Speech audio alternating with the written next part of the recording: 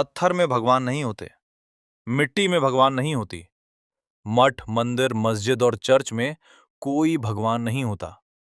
जो छात्र रोशनी की लौ की तरह बड़े होकर एक महान भारत बना सकते हैं, वे भगवान हैं। ये बात कर्नाटक स्टेट फार्मर्स एसोसिएशन के राष्ट्रीय अध्यक्ष शशिकांत गुरुजी ने कही। Doctor B R. Ambedkar educational society Kurchi शहर के सालाना स्नेह सम्मेलन में मुख्य अतिथि शशिकांत गुरुजी ने पौधे को पानी डालकर कार्यक्रम का उद्घाटन किया। बाद में पूर्व विधायक श्यामा घाटगे को उनकी जमीन पर प्रति एकड़ 180 टन गन्ना उगाने में मदद करने वाले स्टाफ सदस्यों को प्रथम पुरस्कार के रूप में 1 लाख रुपए, द्वितीय पुरस्कार के रूप में 75,000 रुपए और बाबा जना जना बड़े को तृतीय पुरस्कार के रूप में 25,000 रुपए का नगद पुरस्कार देकर सम्मानित किया गया। बाद में बच्चों के नृत्य और गायन सहित 35 से अधिक विभिन्न मनोरंजन कार्यक्रम आयोजित किए गए। कार्यक्रम की अध्यक्षता संस्था के निदेशक अमित घाटगे ने की। इस अवसर पर उपस्थित अतिथियों में अंतर्राष्ट्रीय कवि साकिब जुनैदी, मुजाकिर बागे, शाहनवाज पटेल, मालगौड़ा पाटिल, प्राचार्य ए.एस. टोने, ए.एस. कामले, के.एम. मोलवाड़े, अजीत बाने उच्च प्राथमिक विद्यालय के प्राचार्य एस.पी. कामले, प्रकाश वतागुड़े, एस.एम. हवलदार मौजूद रहे। ಒಬ್ಬ ತಾಯಿ ಮನಸ್ಸು ಮಾಡಿದರೆ ನಮ್ಮ ಮುದ್ದು ವಿದ್ಯಾರ್ಥಿಗಳನ್ನ ಜಗತ್ತಿನ ಶ್ರೇಷ್ಠ ವಿಜ್ಞಾನಿಗಳನ್ನಾಗಿ ಮಾಡಬಹುದು.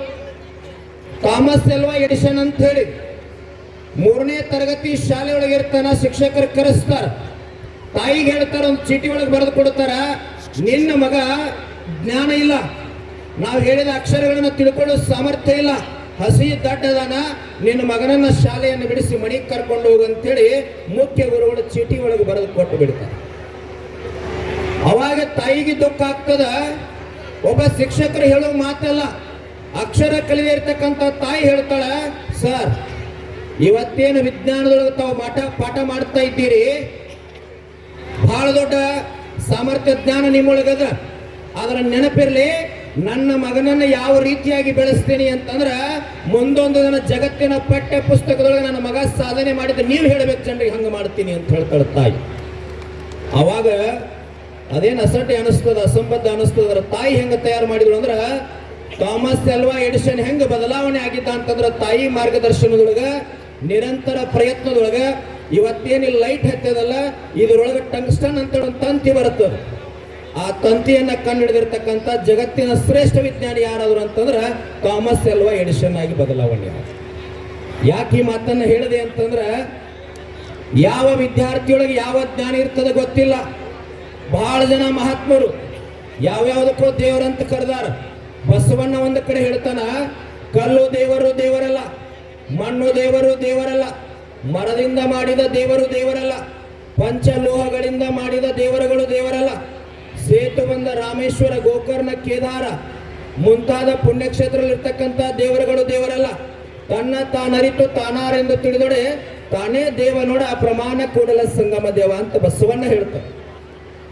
ಈ ಸಂದರ್ಭದೊಳಗ ಈ ವೇದಿಕೆ ಮ್ಯಾಗ ಯಾಕೆ ಬಸವಣ್ಣನ ವಚನ ನೆನಪು ಮಾಡ್ಕೊನಿ ಅಂತಂದ್ರ, ಯಾರ್ಯಾರೋ ಯಾವ್ದಾದಕ್ಕೋ ದೇವರಂದಾರ, ಅದರ ಶತಮಾನದ ಸಂತ ನಡೆದಾಡುವ ದೇವರು ಜ್ಞಾನ ಯೋಗಾಶ್ರಮದ ಸಿದ್ದೇಶ್ವರ ಸ್ವಾಮಿಗಳು ಯಾರಿಗೆ ದೇವರಂದಾರ ಅಂದ್ರೆ, ಕಲ್ಲು ಮಣ್ಣು ಮಠ ಮಸೀದಿ ಚರ್ಚ್ಗಳಿಗೆ ದೇವರಂದಿಲ್ಲ.